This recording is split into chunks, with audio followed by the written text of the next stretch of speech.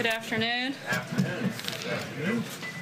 As you all know, President Trump is deeply committed to our veterans. These brave men and women have given so much to our country and deserve our absolute best, which is why this president is fighting for reform and accountability at the VA. In keeping with his campaign pledge, the president donates his salary on a quarterly basis to further important projects. Today, the president is proud to donate his 2018 first quarter salary to the Department of Veterans Affairs to support their caregiver programs. Acting Secretary of Veterans Affairs Robert Wilkie is here to accept the check. I'd like to bring him up to say a few words about how these funds will be used. And make sure that I give you the all-important actual check. Thank you very much, Sarah, and good afternoon. Before I address the President's generosity, I want to say a couple of things about what happened in the House yesterday. I want to send my thanks and the thanks of Veterans Affairs to the Chairman of the House Veterans Affairs Committee, Dr. Rowe, and thank him for the bipartisan coalition that he forged together. The vote yesterday was overwhelming, 347 to 70. And this is long-awaited legislation that our veterans have been waiting in anticipation of. This takes 7 community care programs that we've been using for the last 15 to 20 years and condenses them into one. It also makes it much easier for our veterans to obtain care that they need at the moment that they need it in homes and in facilities closest to where they live. This also opens up the caregiver program to long-waiting communities within our veterans' world. Those veterans from World War II, Korea, Vietnam, and the Gulf War who have not had access to a community caregiver program that was opened up for those who have served in the military since 9/11. So with this strong bipartisan support, we urge the Senate to take up the House bill and give it to President Trump, hopefully before Memorial Day. But I also want to single out the major veteran service organizations. 38 of them signed a letter in support of this legislation to the House and Senate leadership. Their people have been walking the halls of the Congress for the last week. They will be in the Senate next week, and we can't thank them enough for their support for our nation's 20 million veterans. And Sarah, I want to thank you for the announcement. I want to thank you for President Trump's generosity. The President's gift underscores his promise to do all that he can for veterans, which includes supporting those who care for our veterans, not just those of us at VA, but the husbands, the wives, the families, and the community caregivers who are out there day in and day out, making life easier for those who have borne the battle. President Trump understands the critical role of caregivers in meeting the essential needs of America's veterans. So we have already earmarked this gift for caregiver support in the form of mental health and peer support programs, financial aid, education, training, and research. I am deeply grateful to President Trump for providing me the opportunity to serve America's veterans and for his generosity in supporting them. So thank you, Sarah, and thank you to President Trump. I know how much this means to America's veterans. Thank you. Thank you so much. Thank you very much. Lastly, this week is set aside each year to honor those across our country who wear the badge. In the spirit of Police Week, I want to read a quick letter from Samuel of San Antonio, Texas, that he sent the President.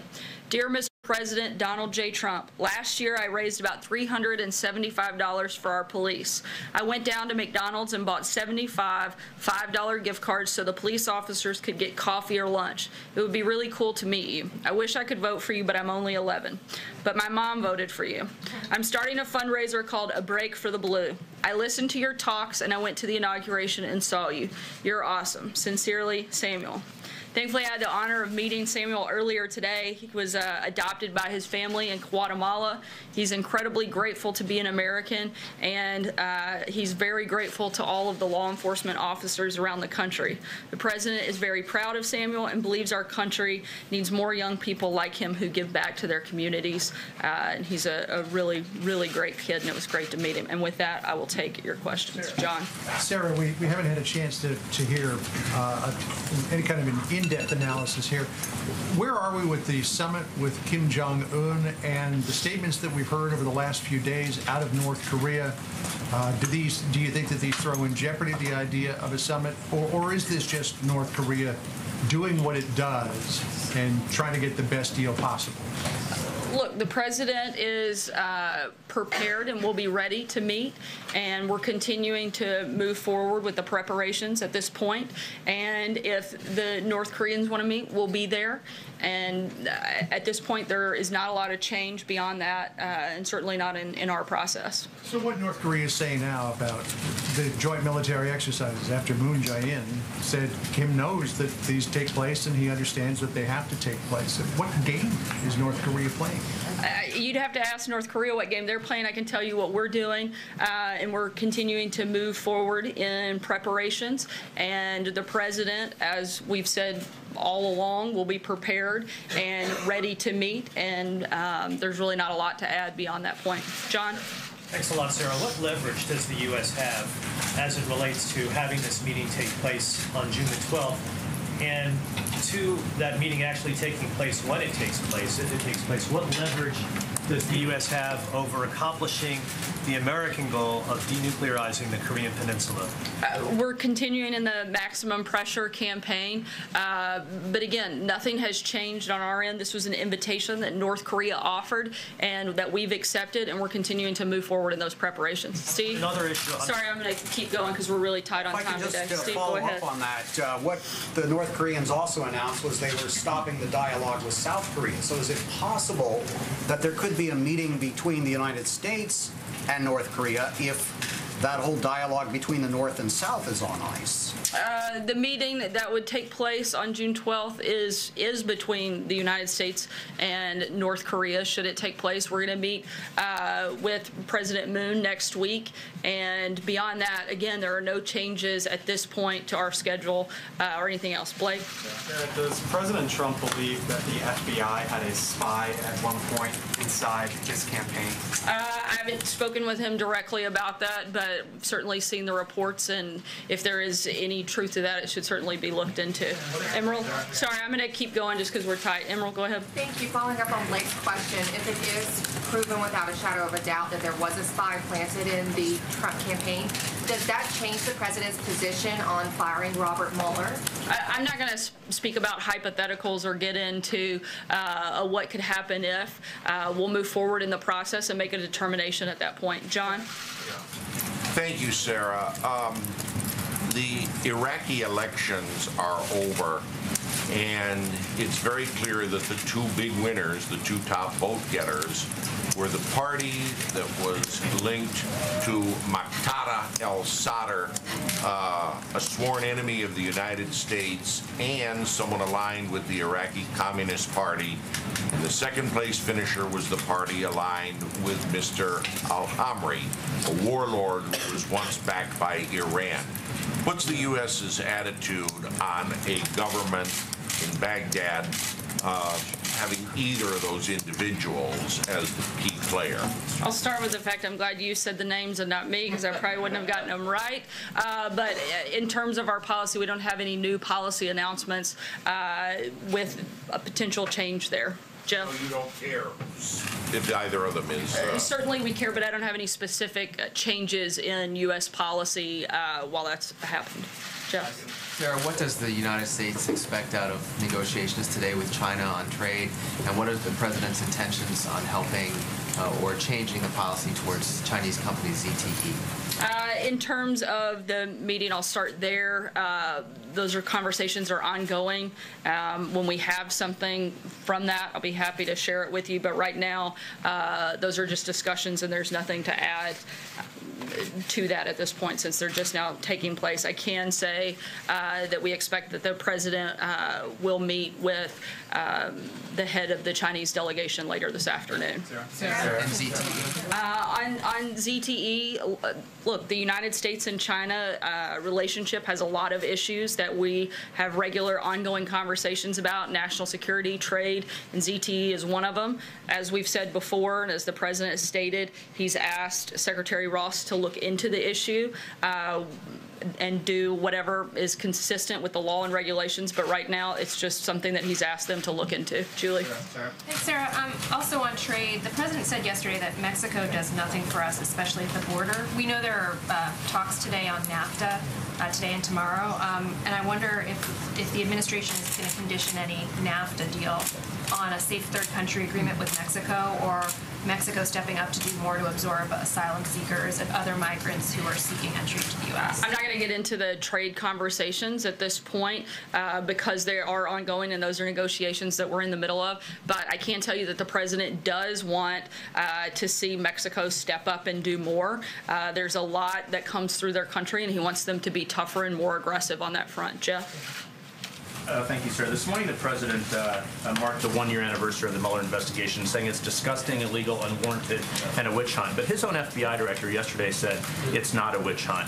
Why does the White House still believe it's a witch hunt? And why did he cancel his news conference this afternoon, which was originally set for 3 o'clock with the NATO Secretary General? Different topics, but the president knows that there was no collusion in the campaign, and he has been quite clear about this. It's gone on for over a year. They found no evidence of collusion and still strongly believe that it's a witch hunt. I'm not sure how we could be any more clear, and certainly not sure how the president could be any more clear about his beliefs and his opinion.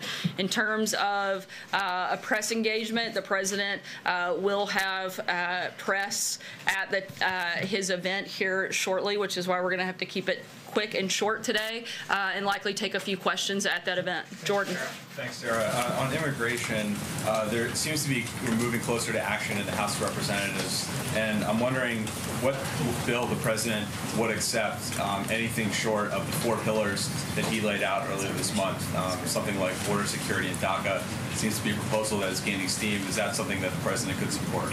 The president definitely supports border security, as he's laid out multiple times, and again talked about some yesterday. He would like to see the border secured. He would like to see the loopholes closed. Our priorities have not changed in the immigration conversation at all.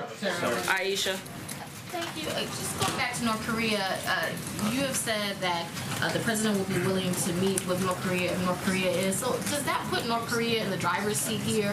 Is it North Korea that's going to decide whether a meeting takes place? And also, the president said yesterday that the White House hadn't heard anything from North Korea. Has that changed? Have you heard anything since these talks were called off with South Korea? They're certainly not in the driver's seat. Nothing could be further from the truth, but they're the ones that extended the invitation. We've accepted it. If they want to meet, we're happy to do that. If they don't, as the president has said, we'll see what happens, but we're going to continue the maximum pressure campaign. In the meantime, I don't know how they would be in the driver's seat in any capacity, form, or fashion is the White House in this setting process. A standard for we won't meet with you unless you do X, Y, Z? Look, the North Koreans have already made concessions. They've already, 3 Americans are home now that weren't.